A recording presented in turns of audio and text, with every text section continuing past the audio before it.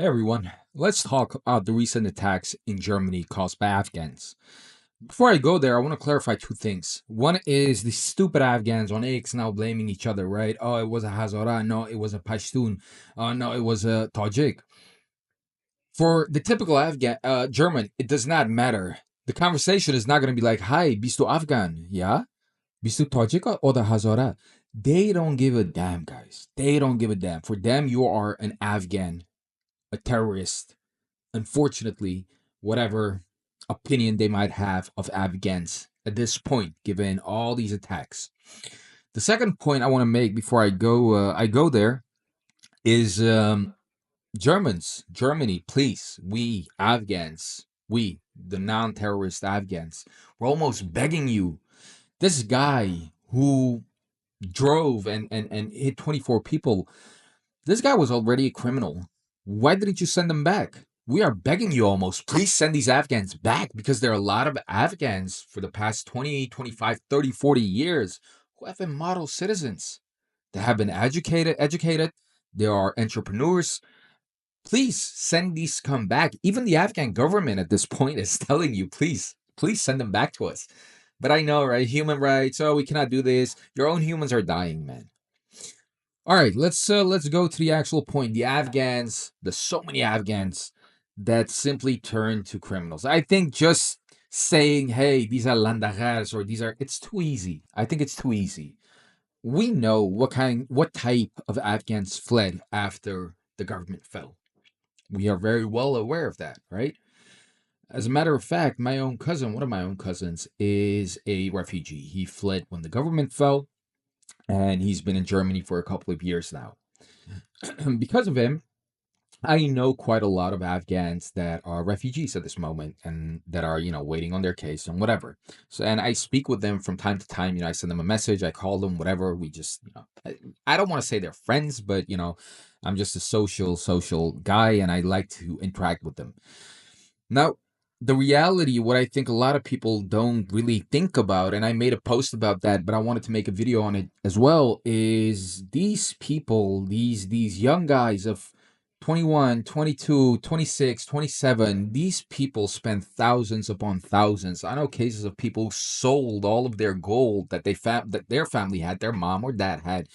They sold it all to get the money and come to Europe. I know people who are in debt for 20, 30, 40K that they got from family members left and right just to get to Europe. And when they got to Europe, they realized life is a lot more difficult than you would imagine. Now it's our own Afghans, own refugees who come here, and because they are ashamed, they paint more beautiful pictures to the Afghans back home, right? You cannot say, "Oh man, I have no money." You cannot say, "Oh, I have no job." You cannot say, "Oh, I work at Amazon and all I do is daily is collect packages or whatever." They don't usually want to do that. They want to paint a more beautiful picture. So the pictures you see of them on Instagram is them having fun. The pictures you see on Instagram is them walking around with an iPhone and hanging out with girls, all of these. So of course the Afghans back home, they're gonna be like, "Oh my God, man, I gotta go to Europe. Apparently life is so good. They're having such a great time. I have to go to Europe." So then once they come here, they realize it's not what they thought. Even the girls hate them. They don't want them. Except for the fat, chubby ones, somehow always the fat, chubby ones end up with. But let's forget about that. And so these people, right, they end up here and they get a job at Amazon or a factory, simply a job that the usual German does not want to have. Now they're making money, and then the costs come, right? They have to pay rent, they have to eat food, they have to, some of them get a car, right? They have to pay insurance on the car and get the car itself, of course, first. There are a lot of costs, and because, life here can be quite expensive, even the fun that they have costs them a lot of money. And the little money they keep at the end of the month, they send back home.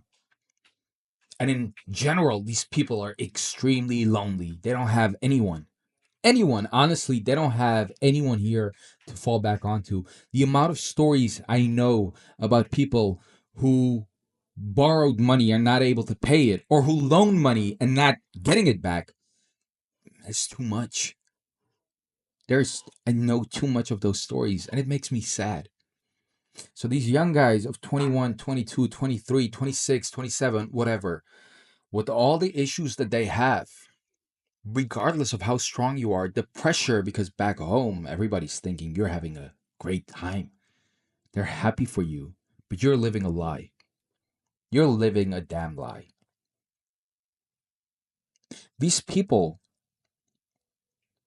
I cannot imagine this not eating you up daily. I cannot imagine this making you depressed. I cannot imagine, honestly, that this shit does not drive you crazy.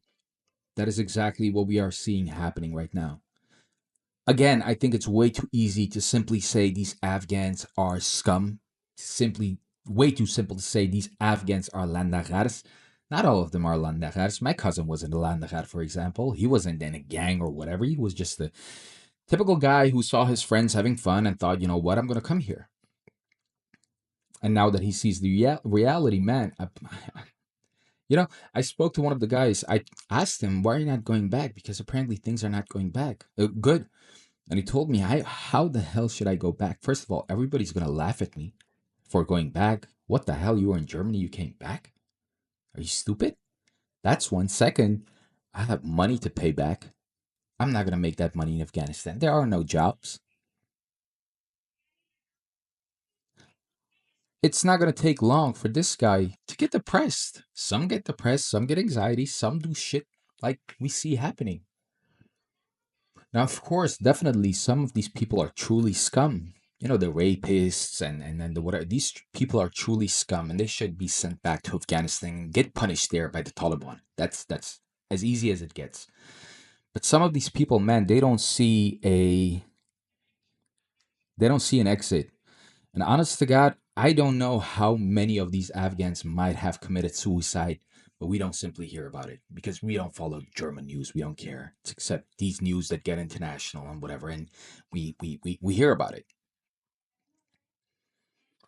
Anyway, tomorrow, the 15th of February, Sangar has a space. I have put the link I've retweeted it on my X.